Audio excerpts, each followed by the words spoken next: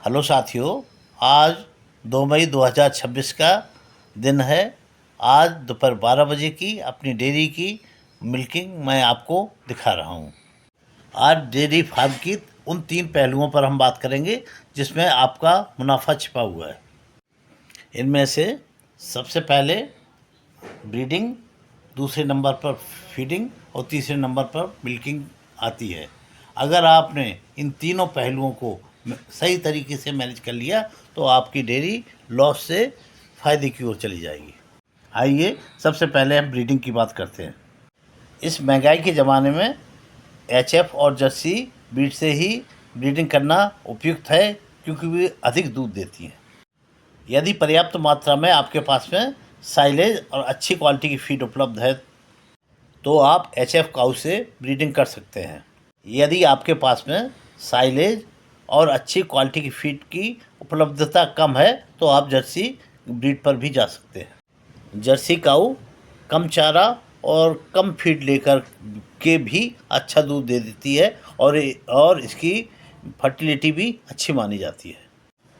यदि आप छोटे आकार की और कम खाने वाली काऊ एचएफ काऊ चाहते हैं तो आप जर्मनी के सीमेंट का उपयोग करें।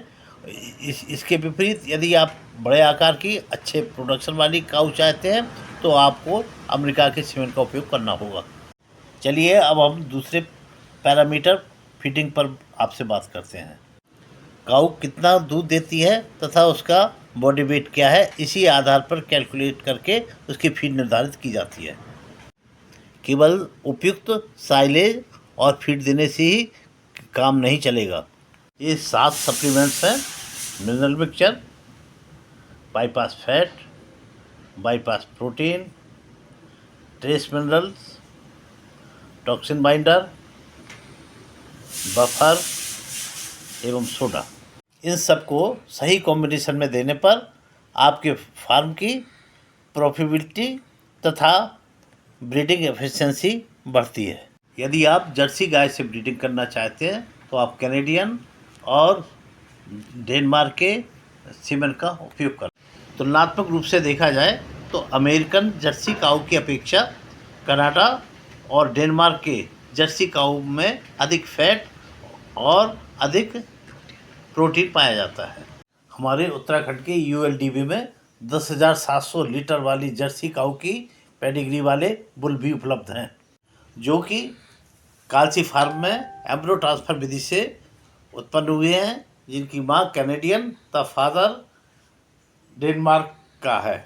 अप्रैल 2026 सीडीसीबी के अनुसार इनका पीटीए मिल्क 400 एलबीएस से भी अधिक है। अब हम बात करते हैं मिल्किंग और फार्म मैनेजमेंट के बारे में।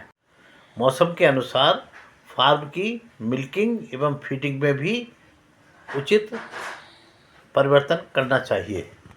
इसके साथ ही फार्म में पैदा होने वाली नई बछड़ियों की, जो कि फार्म का भविष्य है, उनका भी मैनेजमेंट समय के अनुसार ही करना पड़ता है। जैसा मौसम होगा उसी के हिसाब से उसके मैनेजमेंट में भी परिवर्तन करना होगा।